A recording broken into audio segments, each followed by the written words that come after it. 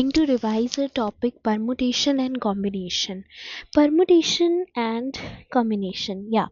तो सबसे पहली चीज़ आती है कि परमुटेशन क्या होता है और कॉम्बिनेशन क्या होता है।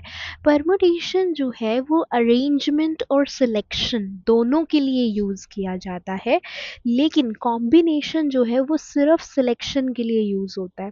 ठीक है, उसमें ऑर्डर का कोई मैटर नहीं करता है, लेकिन परमुटेशन के अंदर हम चीज़ों को शफल करते हैं, एक पर्टिकुलर ऑर्डर में अरेंज करने के लिए हम सिलेक्शन करते हैं। सो परमुटेशन के अंदर ऑर्डर मैटर करता है। यहाँ पर अरेंजमेंट भी की जाती है एंड सिलेक्शन भी किया जाता है, लेकिन कॉम्बिनेशन के अंदर सिर्फ और सिर्फ सिलेक्शन किया जाता है और ऑर्डर मैटर नहीं करता। अगर अब हम शुरू करते हैं with a very basic thing, that is कि what is the fundamental principle of counting.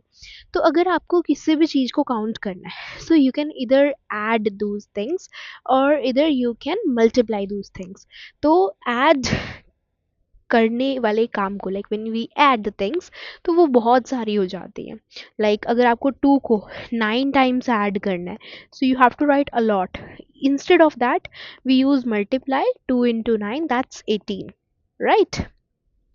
तो simplification of addition is just multiplication. तो यानी कि जब भी कुछ चीज़ों को आपको काउंट करना होता है, तो काउंट करने के लिए आप ऐड करते हो और मल्टीप्लाई करते हो। ठीक है, let's start with a very basic example कि लेट इट बी, यहाँ पर हमारे पास मुंबई है, यहाँ पर हमारे पास दिल्ली है और यहाँ हमारे पास पटना है। ठीक है, तो मुंबई से दिल्ली जाने के आपके पास 2 वेज हैं, ए वेज एंड बी वेज, और दिल्ली से पटना जाने के लिए 1 2 3 वेज हैं। ठीक है, तो अब हम इस सिचुएशन को अगर क्रिएट करते हैं, तो अब मुझे ये बताओ कि टोटल नंबर ऑफ वेज कितने हैं। तो देखो, अगर बीइंग अ पर्सन मैं हूँ, तो लेट इट बी, मैंने फर्स्ट चॉइस अपनी ए रखी कि एक काम करते हैं, इसको हम एयरवेज मान लेते हैं और इसको हम बस मान लेते हैं। ठीक है, तो मान लीजिए सबसे पहले मैं मुंबई टू दिल्ली एयरवेज के थ्रू जाती हूँ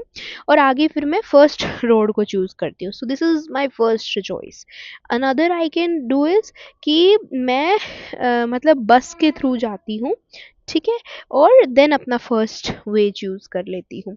और मैं क्या कर सकती हूँ कि मैं एयरवेज से ही जाती हूँ लेकिन सेकंड रोड चूज़ कर लेती हूँ, या फिर एयरवेज से ही जाती हूँ लेकिन थर्ड रोड आगे चूज़ करती हूँ फॉर दिल्ली टू पटना। ठीक है, फॉर बस में, मतलब बस में जा रही हूँ, आगे अपना फर्स्ट वे चूज़ कर रही हूँ। नेक्स्ट, बस में जा रही हूँ लेकिन सेकंड रोड आगे चूज़ कर रही हूँ for Delhi to Patna, and ऐसे ही बस 3। ठीक है, तो अगर अब आप इसको काउंट करते हो, तो यहाँ पर 1 2 3 4 5 एंड 6, तो यहाँ पर आपने इस पर्टिकुलर काम को कितने वेज के अंदर करा। आपको चूज़ करना था कि आप एयरवेज से जाओ या फिर बस से जाओ और आगे 1 2 3 रोड कोई भी ले सकते हो। तो वहाँ मुंबई टू पटना जाने के लिए आपके पास टोटल कितने वेज थे। तो आपके पास टोटल 6 वेज थे कि ए से जाओ और आगे फर्स्ट रोड लो, फिर ए या 2, A3, B1, B2, B3। ठीक है, तो टोटल यू हैव 6 वेज जिसके थ्रू आप मुंबई टू पटना जा सकते थे according to the principle of according to the principle of addition. ठीक है, सो नेक्स्ट थिंग हम क्या कर सकते हैं, नेक्स्ट थिंग इज दैट कि हम मल्टीप्लिकेशन कर सकते हैं। मल्टीप्लिकेशन करने का मतलब है कि मुंबई टू दिल्ली जाने के लिए आप जानते हो कि आपके पास 2 वेज हैं, इधर you can go for A और इधर you can go for B. ठीक है, और अब आप जानते हो कि दिल्ली टू पटना जाने के लिए आपके पास 3 वेज हैं, 1 2 एंड 3।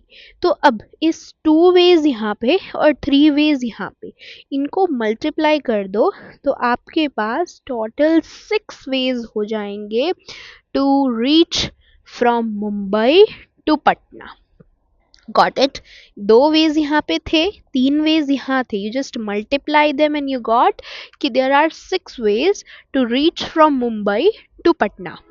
नेक्स्ट थिंग हमारे पास आती है जो लाइक बहुत ही अच्छे से याद रखनी है इन परमुटेशन कॉम्बिनेशन, कि एंड जो है वो जहाँ भी आएगा इसका मतलब है you have to multiply the things, और जहाँ भी आएगा इसका मतलब है you have to add particular things. So this is something that you have to remember कि and का मतलब होता है that you have to